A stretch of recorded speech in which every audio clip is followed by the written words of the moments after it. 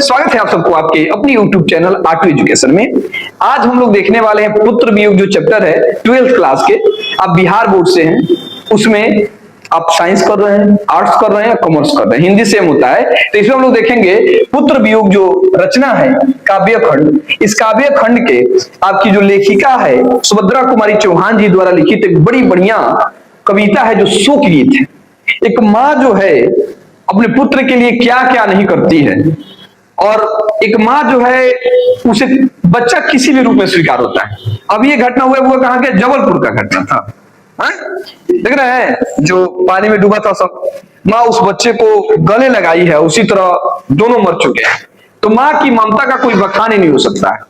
पुत्र कपूत भले हो सकते हैं लेकिन माता कुमाता नहीं हो सकती है ना।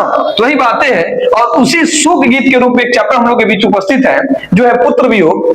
आइए इसके प्रश्न उत्तर को हम लोग देखने वाले हैं। एक एक प्रश्न उत्तर को बहुत बेहतर तरीका से समझने की कोशिश करेंगे और बहुत इजी भाषा में एक एक प्रश्न को लिखा गया है। चलिए आइए फर्स्ट प्रश्न देखते हैं। अगला क्वेश्चन, कवित्री का खिलौना क्या है? बाबू, खिलौना कहने का क्या तात्पर्य? कवित्री का खिलौना उसका बेटा है, क्योंकि जिस प्रकार छोटे बच्चे होते हैं उनको खिलौना बहुत प्रिय होता है, वो हमेशा उनके साथ रहते हैं, उसे टूट या खो जाने पे दुखी होते हैं। ठीक उसी प्रकार माँ जो है, माँ का खिलौना क्या है? उसका पुत्र है।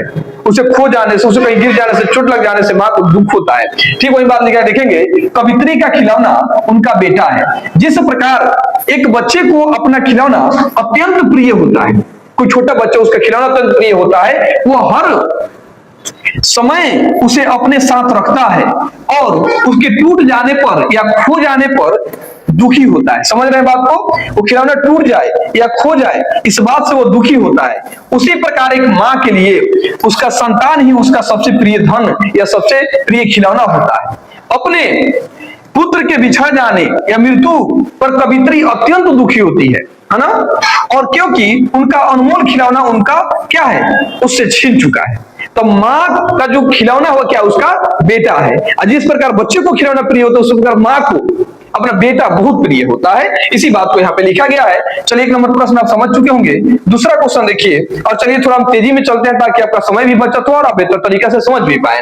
आइए, कवित्री स्वयं को असहाय और विवश क्यों कहती है? तो कवित्री स्वयं को असहाय और विवश इसलिए मानती है क्योंकि वो समझती है कि मैंने पूजा पाठ अपने बच्चों के लिए किया और समय यहाँ बच्चों का निधन हो जाता है। एक माँ उस दर्द को कैसे भूलेगी कि असमय उसके बेटा का मृत्यु हो जाए और माँ उस बेटे की मृत्यु को देखे, कैसे सहन होगा? उसी चीजों को लिखा गया यहाँ पे देखेंगे। कवित्री स्वयं को असहाय और विवश इसलिए कहती है क्योंकि उन्होंने अपने पुत्र को दुनिया की हर बीमारी और संकट से बचाने का प्रयास किया, हर संकट से बचाने का प्रयास करती है, फिर भी वह उसे मृत्यु से नहीं बचा सकी। उन्होंने अपने पुत्र की रक्षा के लिए देवताओं से मन्नतें मांगी, पूजा अर्चना की, लेकिन कोई भी देव शक्ति उसके काम नहीं आई। मां होने के नाते वह जो कुछ भी कर सकती थी उन्होंने किया, परंतु नियति के आगे वह हार गई और उसका पुत्र सदा के लिए उनसे दूर चला गया। इसलिए मां स्वयं को असहाय समझती है कि उस बच्चों के लिए कितने पूजा पाठ की, पत्थर को देव बनाई, कई शीश चढ़ाई, बतासा चढ़ाई, कई प्रकार की मन्नतें मांगी, फिर भी कोई कुछ नहीं कर सका और उसका बेटा जो था उस समय निधन हो गया। इसलिए मां स्वयं को असहाय और विवश समझती है। समझ में आया ना? चलिए अगला प्रश्न देखिए। अगला क्वेश्चन आपके सामने है 3 नंबर प्रश्न, पुत्र के लिए मां क्या क्या करती है? अरे क्या नहीं करती है बताइए ना, सारा जीवन समर्पित कर देती है। एक लड़की जो है, लड़की ही मां बनती है, और एक लड़की की सबसे बड़ी सुंदरता होती है उसका धन। धन माने स्त्रियों का सबसे बड़ा धन माना जाए, सबसे कीमती चीज माना जाए तो उसकी सुंदरता होती है, और वह एक बच्चे को जन्म देने के लिए अपनी सारी सुंदरता को नष्ट कर देती है। और आज अगर कोई बेटा अपने माँ का इज्जत न करे, अपने माँ को मारता हो, अपने माँ की बातों को नहीं मानता हो, उससे धिक्कार है वैसे पुत्र पे। वैसे पुत्र के होने से अच्छा है पुत्र का न होना। समझ रहे हैं ना बात को? तो माँ का कोई परिभाषा ही नहीं है, माँ का कोई परिभाषा नहीं। माँ का जो दर्जा है वह भगवान से भी ऊंचा है। क्यों है? क्योंकि भगवान दुख और सुख दोनों देते हैं, लेकिन माँ सिर्फ सुख देती है। माँ अपने बच्चों के बारे में, सुख के बारे में सोचती है। तो ये चीजें हैं। तो देखिए पुत्र के लिए माँ क्या क्या करती है, कई सारे कार्य करते हैं, निम्नलिखित कार्य करते हैं। जैसे लिखेंगे, वह अपने पुत्र को 9 माह तक गर्भ में रखती है और असहनीय पीड़ा सहकर उसे एक नया जीवन देती है। भाई इससे बड़ी चीज कोई होती है? 9 माह तक अपने गर्भ में रखेगी, अपने खून से सींच करके एक नई जिंदगी देती है। दूसरा चीज, वो उसे हर कष्ट से बचाते हुए उसका पालन पोषण करती है, उसे किसी प्रकार का कोई कष्ट न हो। देख आंख में रात बिताई, जरा मुख पर मलिनता, देख रात में आंख बिताई। यानी बच्चों के मुख पे थोड़ी सी मलिनता देख ली, थोड़ी सी उदासी देख ली, रात में सोती नहीं है माँ, यह होती है ना। तो उसका क्या, वह हर कष्टों से बचाते हुए उसका पालन पोषण करती है। अगला देखेंगे, वह स्वयं भूखी रहकर भी अपने पुत्र को खाना खिलाती है और उसकी सुख सुविधा का ध्यान रखती है कि ना। चौथा पॉइंट देखेंगे, वो अपने पुत्र की लंबी आयु और सुरक्षा के लिए भगवान से 24 घंटे दुआएं मांगती रहती है, हमेशा दुआ करती है मेरे बच्चा ठीक रहे। पांचवा देखेंगे, वह थपकी देकर और लोरिया सुनाकर उसे सुलाती है और उसकी एक मुस्कान पर अपनी खुशियां बांट देती है कि बच्चा खुश है तो जिंदगी खुश है।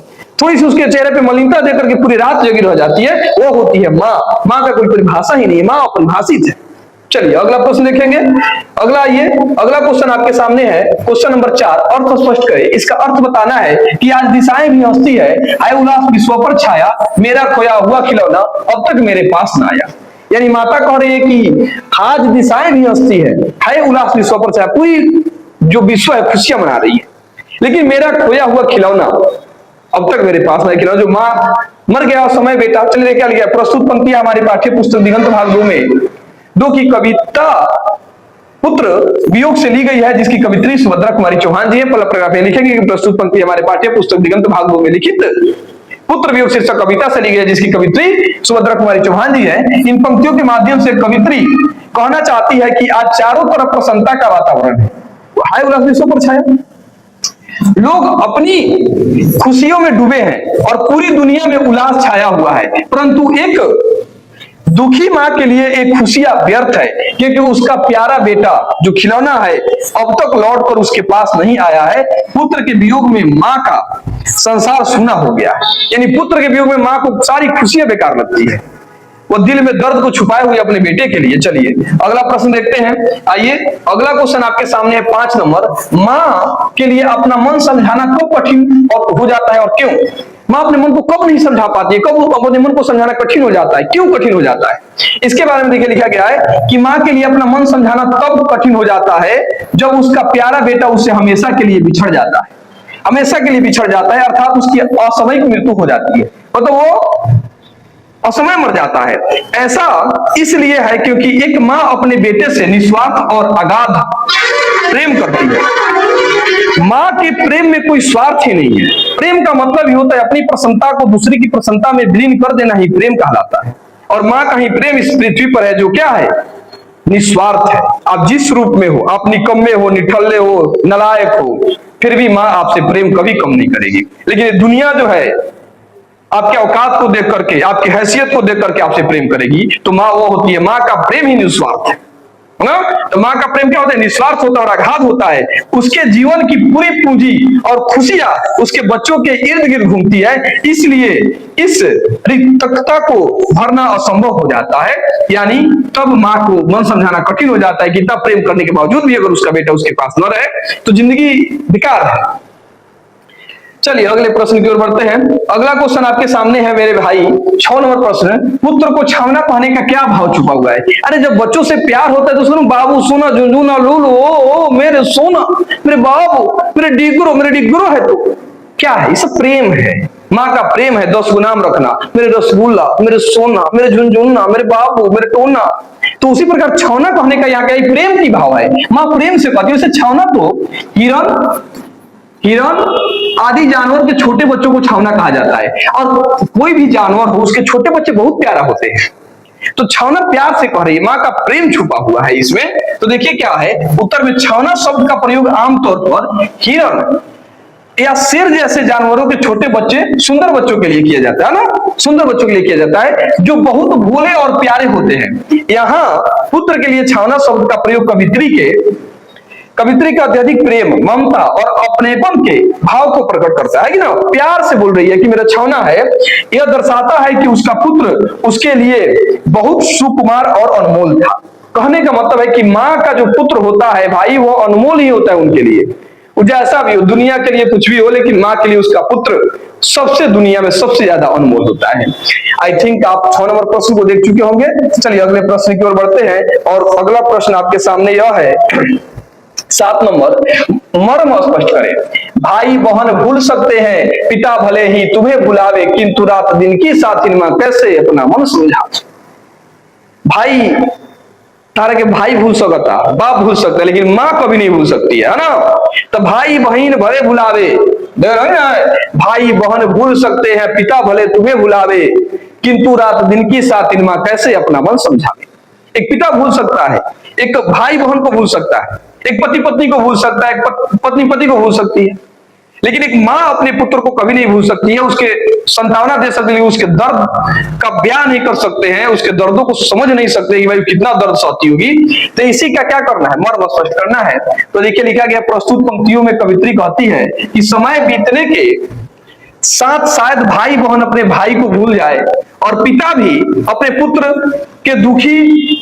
के दुख को मन में दबाकर काम काज में लग जाए, लेकिन एक मां जिसने उसे 9 महीने कुख में रखा और रात दिन एक करके उसे पाला, वह उसे कभी नहीं भूल सकती। मां का हृदय पुत्र के साथ हर पल जुड़ा रहता है, इसलिए उसके वियोग में मन को समझाना एक मां के लिए सबसे कठिन कार्य है। यानी मां कभी भी उस बच्चों को नहीं भूल सकती है, वो रहे या न रहे, उसके दिल में, मां के दिल में बच्चों के लिए प्रेम हमेशा रहता है। चलिए अगला प्रश्न देखते हैं। इस सेकेंड लास्ट प्रश्न है आपके, कुल इसमें 9 प्रश्न है। 8वां प्रश्न एक कविता का भाव भवार संक्षेप में लिखा, यानी कविता के बारे में बताना है, इसका भवार संक्षेप में लिखना है, कविता का भाव क्या है। तो देखिए लिखा गया पुत्र वियोग शीर्षक कविता में एक मां के हृदय की उस गहरी पीड़ा को उकेरा गया है जो उसके पुत्र की असामयिक मृत्यु के बाद उत्पन्न हुई है। इसी बताया गया पुत्र वियोग नाम है, पुत्र वियोग में यानी मां के एक पीड़ा को, दर्द को उकेरा गया, इसमें बताया गया है। उसके बेटे का समय निधन के बाद कवित्री ने इस कविता में दिखाया है कि एक मां अपने बच्चों के लिए क्या क्या नहीं करती, लेकिन जब वही बच्चा उसे छोड़कर चला जाता है तो उसकी स्थिति कितनी कारुणिक और मर्म स्पर्शी हो जाती है। यह कविता मातृत्व की प्रकाष्ठा और वियोग के दुख का सजीव नियंत्रण है। यानी मां कितना दर्द सहती है, इसी के बारे में इस पाठ में रखा गया है एकदम। आइए अब लास्ट प्रश्न देखते हैं इस चैप्टर का, और लास्ट प्रश्न आपके सामने यह है कि काहे छोट हो गई बा। चलिए थोड़ा बड़ा कर देते हैं इसको। आज जब तुम का चाहिए का मैंने हुआ, चलो भगाऊंगा कुछ काहे भाग गई लग तुम, आओ बाबू आज काहे भागत रहे हो, माँ के सही कष्ट बा, अब तू भागत काहे बड़ा, अब है जो हो जाए। चलो क्लियर हो गया, अब दिख रहा होगा आप लोग को, भगाऊंगा। चलिए देख लीजिए 9 नंबर प्रश्न है, इस कविता को पढ़ने पर आपके मन पर क्या प्रभाव पड़ता है। भाई इस मन पे आपके क्या प्रभाव पड़ते हैं, इसके बारे में इस कविता में आपको बताना है। देखिए क्या लिखा गया है, इस कविता को पढ़कर माँ के गहन और निस्वार्थ प्रेम का अनुभव होता है। कि भाई माँ का जो प्रेम है ना, गहन है, निस्वार्थ है, अगाध है, उसका कोई तुलना ही नहीं है। यह एहसास होता है कि एक बच्चे के लिए उसकी माँ का आंचल दुनिया की सबसे सुरक्षित जगह है। इस कविता में हमने मन में मां के प्रति सम्मान और प्रेम की भावना को और अधिक सुदृढ़ कर दिया है। यह कविता हमें सिखाती है कि मां के बलिदानों का कोई मोल नहीं है, कोई मोल नहीं है। मां आप कितना कमा लीजिए, मां का दर्द, मां के आप कर्ज नहीं उतार सकते, बात कहा जाता है, तो बिल्कुल 100% बात बिल्कुल सत्य है। आई थिंक आप इस सेशन को बहुत बढ़िया से सुने होंगे, बहुत बढ़िया से देखे होंगे। अगर आप अंत तक देखे हैं तो धन्यवाद आपका, और अगर आप देख चुके हैं तो बेहतर लगा हो, चैनल को सब्सक्राइब कर लीजिए, वीडियो अपने दोस्तों को भी शेयर कर दीजिए। फिर हम आपसे मिलेंगे नेक्स्ट क्लास में, तब तक के लिए जय हिंद, जय भारत, बेस्ट ऑफ लक।